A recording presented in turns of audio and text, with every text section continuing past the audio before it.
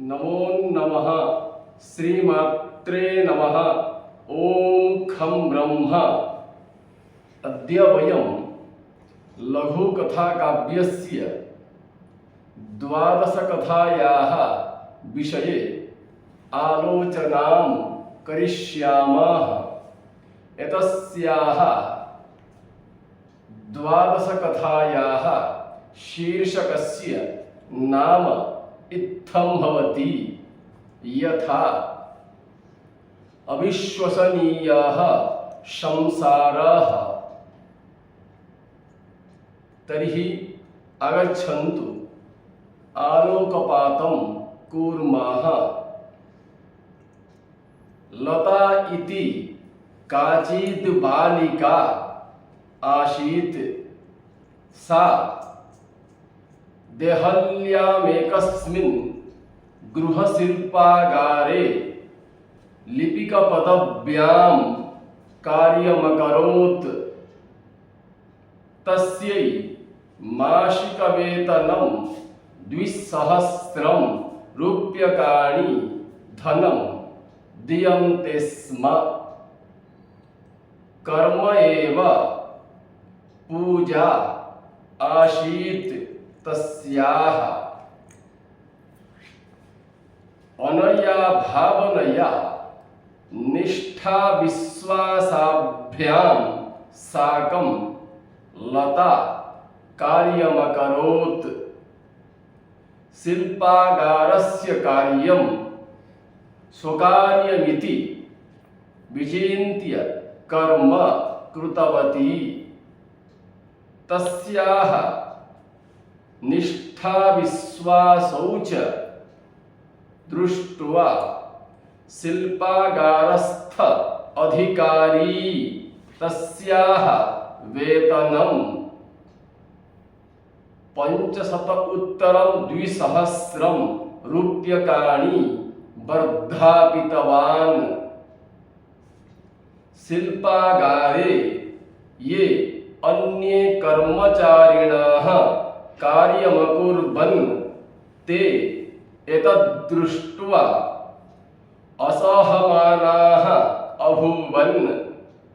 वृथा ते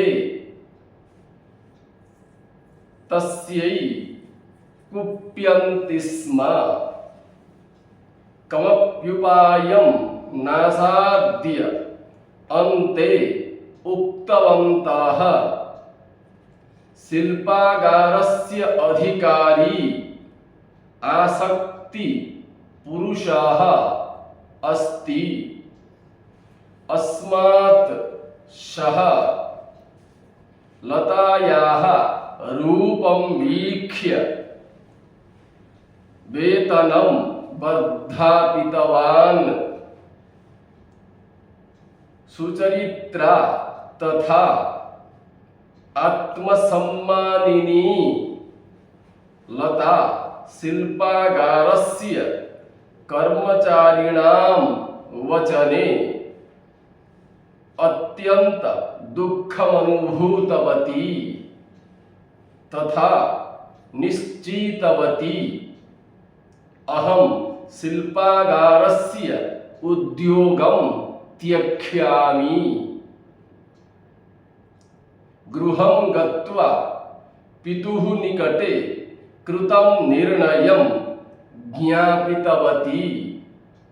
तस्याः पिता अनुभवी तथा बुद्धिमान् च आसीत्। अतः स्वकन्यां लतां प्राबोधयत्।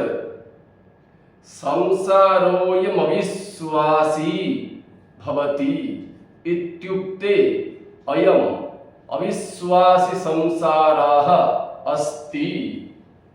अस्मात् कस्यापि वचनं मा त्वं शृणु। त्वम् उत्तमं कार्यं कुरु अथवा कुत्सितं कार्यं कुरु। ते अवश्यमेव किमपि कथयिष्यन्ति जनाः। एतादृश कथनमेव केषांचन जनानां स्वभावः भवति। यदि कथनकारी स्वस्वभावं न त्यजति तर्हि त्वं किमर्थं स्वकार्यं त्यक्ष्यसि इति। पितुः कथने लतायाः विश्वासः वर्धितः। अस्मात् सा स्वकृतनिर्णयं परिवर्तितवती। कतिपय दिवसेभ्यः परं जनानाम् आलोचना स्थगिता जाता। एकवर्षात् परं शिल्पागारस्य अधिकारिणः परिवर्तनमभूत्। तस्य परिवर्तने सति अपरस्याः कस्याश्चिन् महिलायाः नियुक्तिः शिल्पागारे संजाता। सा महिलाधिकारिणी लतायाः निष्ठा विश्वास कर्तव्यपरायणताः दृष्ट्वा वेतनं पुनः वर्धाप्य 30,000 रूप्यकाणि कारितवती। अन्ते शिल्पागारस्थाः कर्मकराः अवदन्, महिलाधिकारिणी कारणात् महिलायाः लतायाः वेतनं वर्धापितवती, परन्तु तेषां वचनानि केऽपि न अशृण्वन्। नीतिशिक्षा। यदि कोऽपि जनः त्वाम् असाधुः इति चिन्तयति चेत् त्वं तमेव साधुः इति चिन्तय। तर्हि यः असाधुः इति चिन्तयति वदति च तस्य पराजयः अवश्यमेव भविता।